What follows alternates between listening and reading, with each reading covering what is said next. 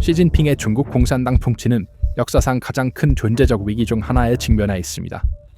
베이징 중심부에서 내부 전쟁이 발발하여 천안문을 연상시키는 두려움을 촉발했습니다. 국가 기밀로 가득 찬 경사 호텔의 벽 안에서 중국 역사상 가장 큰 배신 중 하나가 발생했을지도 모릅니다. 호텔 복도에서 울려 퍼진 총성에 숨겨진 혐의에 무서운 규모가 있습니다. 장에게 충성하는 특수 코만도 부대와 시의 개인 경호를 담당하는 중앙 경호 부대, 8341 부대 사이에 폭력적인 충돌이 발생했다고 전해집니다. 로이터와 블룸버그가 유출한 보고서에 따르면 시의 군대를 이끄는 장군이 용을 전복시키려는 궁정 쿠데타를 시도하다가 마지막 순간에 붙잡혔다고 합니다. 이 혐의의 중심에 있는 이름은 장유샤 장군입니다. 그는 평범한 군인이 아닙니다. 그는 시 주석의 어린 시절 친구로 그들의 아버지들의 우정 속에서 자랐으며 정권의 2인자이자 군대의 최고 인물입니다. 그러나 오늘날 그는 당을 구하자, 국가를 구하자 라는 슬로건 아래 반란을 주도한 혐의를 받고 있습니다. 현재 중국 군대의 최고 장군이 중대한 규율 및 법률 위반 혐의로 조사를 받고 있습니다. 이는 오랜 숙청에서 최근에 낙마한 관료가 되었습니다.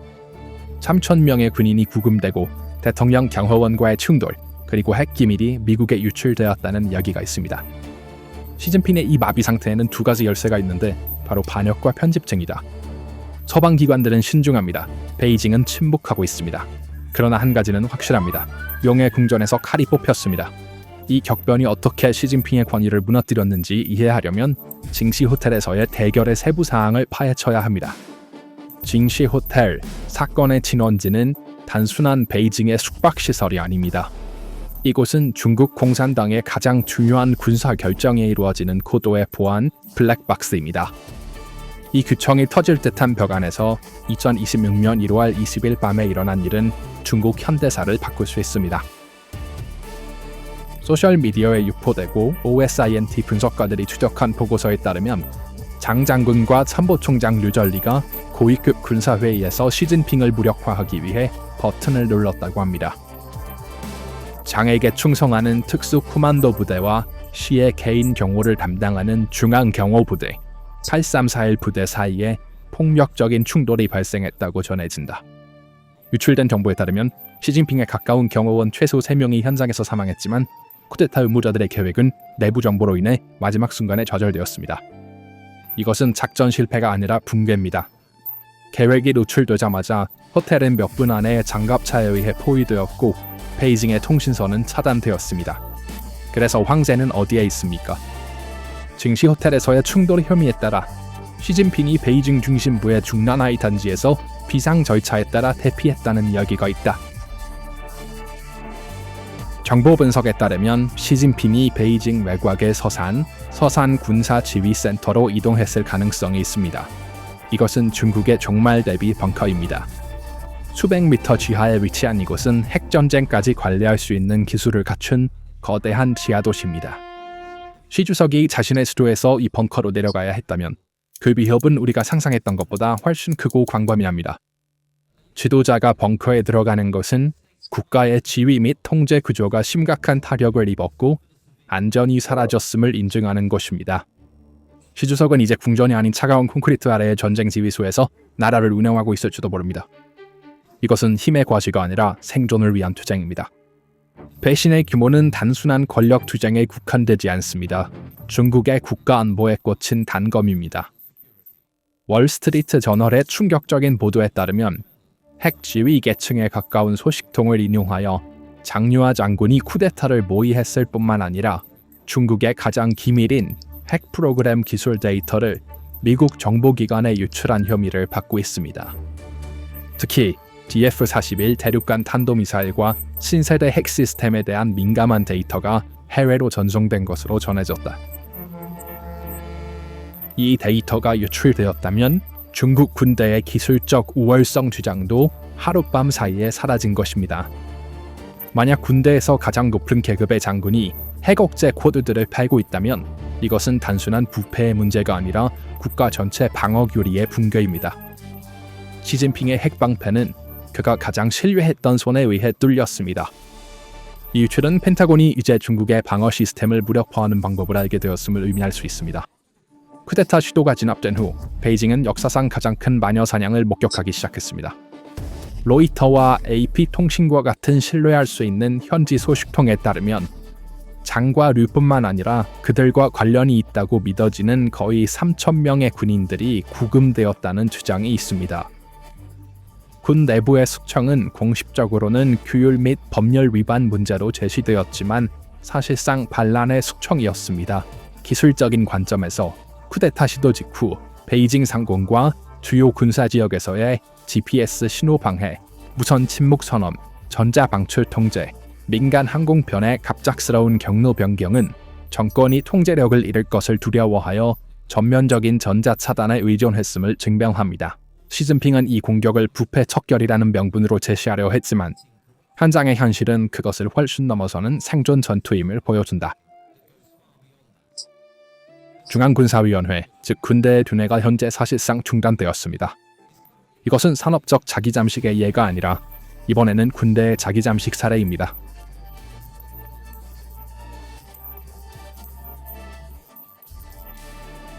장군들의 연이은 실종은 중국 군대의 작전 능력을 마비시켰고 외부에 보여주던 통일된 전선의 이미지는 깊은 혼란과 불확실성으로 대체되었습니다.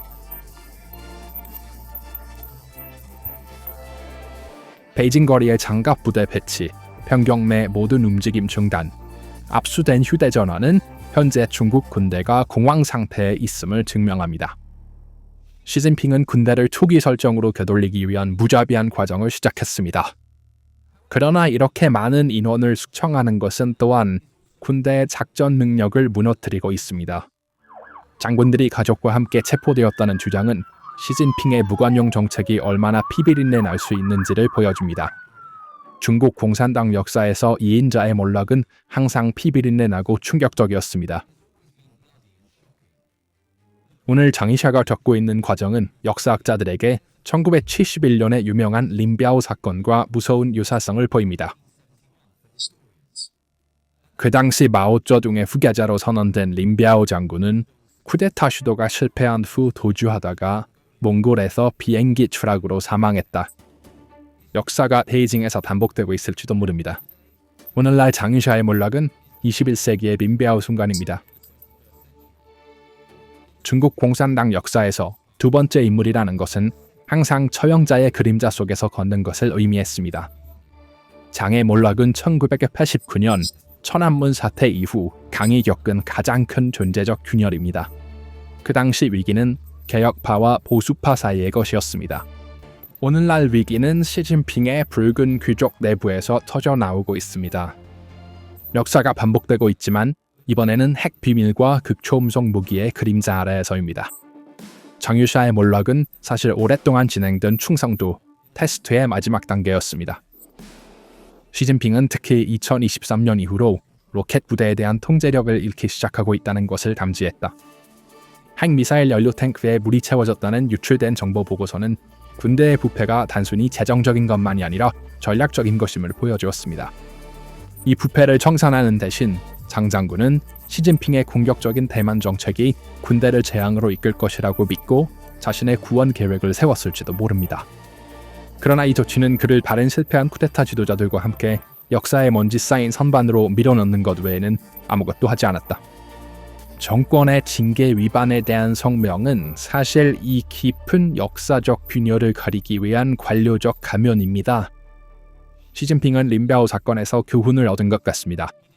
그는 자신의 경쟁자가 도망치지 못하게 했고 그의 호텔 안에서 바로 그를 공격했습니다.